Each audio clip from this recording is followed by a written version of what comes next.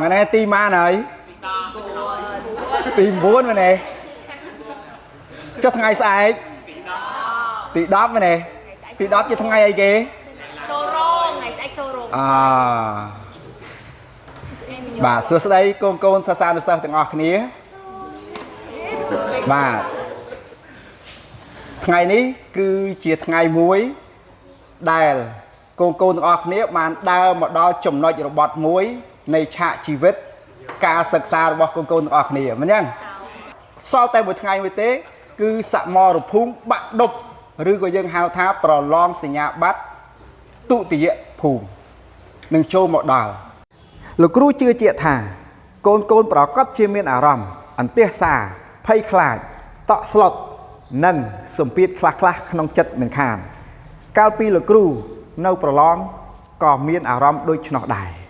នេះគឺជារឿងធម្មតាទេសម្រាប់បេក្ខជនប្រឡងតើសមមួយថ្ងៃទៀតនោះយើងគួរត្រៀមខ្លួនអ្វីខ្លះមុនការប្រឡងចាប់ផ្ដើមទី1គឺត្រូវកាត់បន្ថយ stress របៀបកាត់បន្ថយ stress កាត់មិនអូអត់ដឹងគេចេញអីទេគិតច្រើនណាបាទដឹងគេចេញអីទេលំហាត់នេះ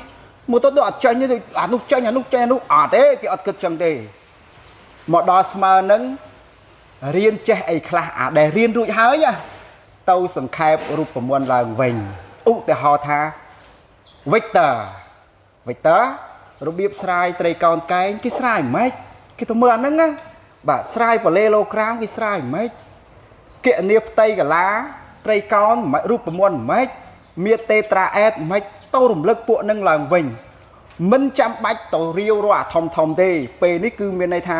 យើងបានរៀនរួចអស់ហើយចំណេះដឹងទាំងបានវាកប់នៅក្នុងខ្លួនយើងគ្រាន់តែប្រហើបវាមកដើម្បីត្រៀមប្រយុទ្ធតើបាទទី2ត្រូវរៀបចំសម្ភារៈប្រឡងអាណាដែលត្រូវយកទៅប្រឡងមានអីខ្លះកាតសំខាន់ណាអត់កាតគេឲ្យយើងមកយកវិញណាបាទទី2បន្ទាត់ក្រែតប៉ារ៉ាបូលអេលីបអ៊ីពាបូលប៊ិចយ៉ាងហោចណាស់ក៏5ដើមដែរមិនចឹងហើយសេរីទឹកវាឲ្យស្មើគ្នាហើយទៅកុំឲ្យដល់ពេលទៅគឹះបាច់លៀអត់ដិតភ័យផងអីផងបែកយឺហើយហ្នឹងបាទទី3ត្រូវចេញទៅពីនេះយើងចេញទៅម៉ោងប៉ុន្មានម៉ោង10 11ត្រូវទៅមើលមណ្ឌលប្រឡងបន្ទប់លេខប្រមាណបាទមើលបន្ទប់មកយើងដឹងថាពេលដែលមកគឺយើងត្រង់ទៅបន្ទប់យើងបើសិនតែយើងអត់បានទៅមើលទេច្បាស់ជាទៅវង្វេងដើរមើលសាលាគេធំវែងដូចមានជ័យច្រើនជាន់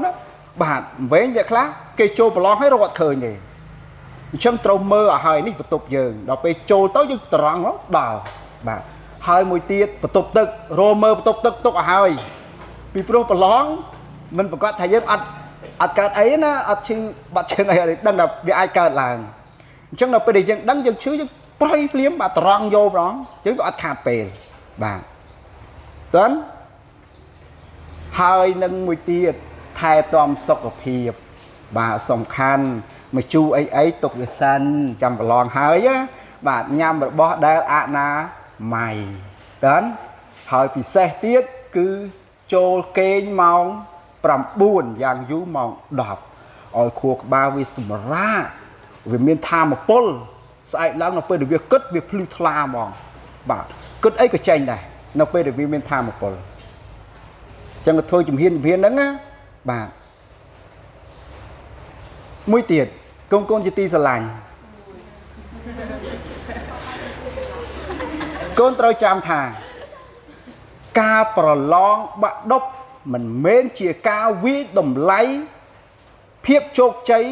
ប្រចាំជីវិតយើងទាំងមូលទេកុំយល់អញ្ចឹងរត់តែ stress ទៀតអូបើអញធ្លាក់អញមិនបាននេះទេល្អវាធ្វើឲ្យយើងរត់តែអីអាចធ្វើអត្តឃាតខ្លួនឯងណាគេអត់គិតចឹងទេបាទយើងត្រូវគិតថាការប្រឡងបាក់ដប់គឺជាការវាយតម្លៃសមត្ថភាពសិក្សា12ឆ្នាំតើ12ឆ្នាំហ្នឹងសមត្ថភាពយើងបញ្ចេញពេលហ្នឹងបាននិទេសអីចប់បាទអញ្ចឹងឃើញយើងគិតស្រាលមួយកម្រិតទេ បើសិនជាយើងគិតធ្ងន់ពេកតានតឹងបាទភ័យអាចធ្វើមិនបានល្អតើបាទហើយរាល់ការប្រឡងទាំងអស់របស់យើងដែលទទួលបានជោគជ័យមិនសុទ្ធតែអីមិនសុទ្ធតែភាពចាយដន់ទេមែនទេសុទ្ធតែអីសុទ្ធតែរាល់ការបញ្ចេញញើសឬក៏សម្រក់ទឹកភ្នែករបស់យើងដែលកន្លងមកនេះវានឹងចេញផ្លែផ្កានៅថ្ងៃស្អែកចេញមកហើយអ្វីដែលយើងប្រឹងមកបាទវាប្រមូលបង្ហាញនៅថ្ងៃស្អែកហ្នឹងឯងអូមួយទៀតពេលប្រឡងសូមអានប្រធានឲ្យបាន2ទៅ3ចប់ធ្វើលំហាត់ណាដែលងាយមុនហើយចេះច្បាស់មុនសល់ពេលចាំគិតអាលំហាត់ដែលសេះសល់ឬលំហាត់ដែលលំបាកបាទកុំមើលលំហាត់ណាបន្ទុកច្រើនធ្វើអានឹងអត់ទេមួយណាងាយធ្វើមួយនឹងបាទទាំងសង្គមទាំងវិទ្យាសាស្ត្រសំណួរណាងាយធ្វើសំណួរនឹងមុនបាទសល់ពេលចាំធ្វើលំហាត់ឬក៏សំណួរដែលយើងត្រូវគិតធ្ងន់បាទជាចុងបញ្ចប់នេះជូនពរឲ្យកូនបាទមានស្មារតីរឹងមាំដូចដែកថែបមានប្រាជ្ញាភ្លឺថ្លាដូចពន្លឺថ្ងៃធ្វើវិញ្ញាសាប្រឡងដោយរលូននិងជ័យជំនះដល់តែចាស់តែចង់គ្រប់គ្នាបាទស៊ូថ្ងៃស្អែកជាថ្ងៃរបស់កូនហើយបាទប៉ុណ្្នឹងយ៉ាងអរគុណបាយបាយ